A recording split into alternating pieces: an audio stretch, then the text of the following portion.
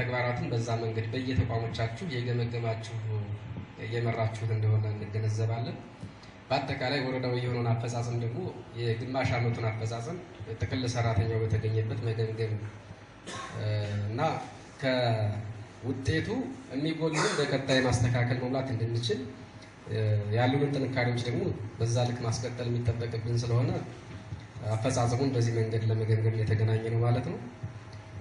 አንደኛው ሰነድ የግማሽ ዓመት አፈጻጸም የሚቀርብበት ነው የሚሆነው። ሁለተኛው በተለይም የዘላቂ ልማትና የአሻጋሪ እድገት እቅዱን በተመለከተ እንደ አዲስ እቅድ አቅደን ወደ ስራ ነው የገባነው። ከእቅድ ዝግጅት ጀምሮ ግን ጉድለቶች አሉ በሚል በተለያየ መንገድ ይነሳ ስለነበረ የተመረጡ ተቋማት ላይ ይህንን ቼክ እናድርግ ብለን አንድ ኮሚቴ ፎርም አድርገን ሱፐርቪዥን ሰጥተናል።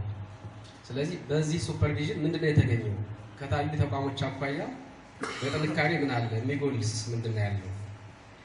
ይሄንን በዚህ መንገድ ስናቀርብ ላየናቸው ተቋሞች ብቻ ሳይሆን ቀሪ ተቋሞቻችን በዚህ መንገድ እየሄደ ነው ወይ የሚለው ከሌሎች ተቋሞች ትምህርትም ልምድም ሊወሰድበት ይችላል የሚል እምነት ስላለን ሁለቱም ሰነዶች በተከታታይ ይቀርቡና የውይይታችን አካል ነው የሚሆኑት ማለት ነው። እንግዲህ ዋናው የስራው ባለቤት እዚህ ቤት ያለው ሰው ዋናው ባለቤት የሚጎሉንን ጉዳዮች ጥንካሬዎችን በግልጽ ለይተን ገምግመን ማውጣት ይጠበቅብናል።